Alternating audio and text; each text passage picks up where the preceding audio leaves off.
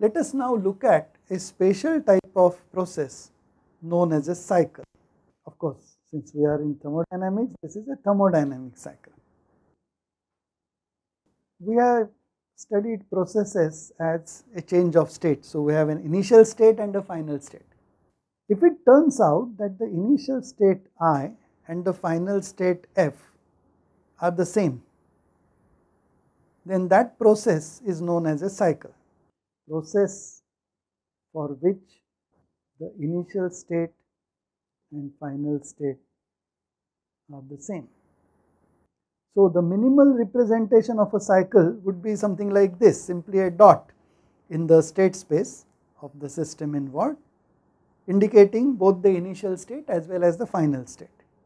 However, it is possible that as the process is executed, the system goes away from the initial state, takes a very scenic route and comes back to the initial state and says, well, this is also my final state.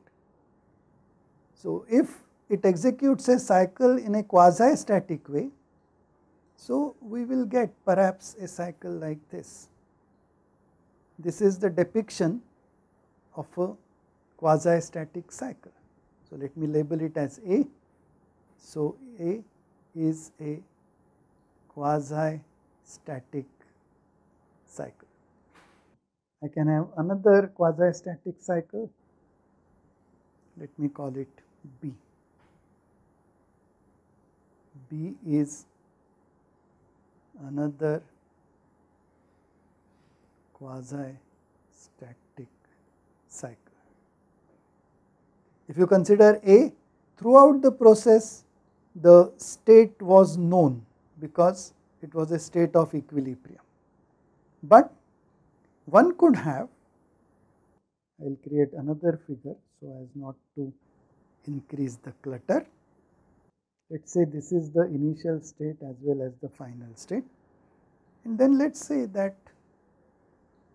the system takes some process, but no state during that cyclic process is a state of equilibrium. So, here is the depiction of a non-quasi-static cycle. Notice that this visual representation of the cycle by means of a dotted line is just a representation. The location of the dotted line does not mean anything. But whenever we have a quasi-static cycle, it is represented by a proper closed loop in the thermodynamic state space. Thank you.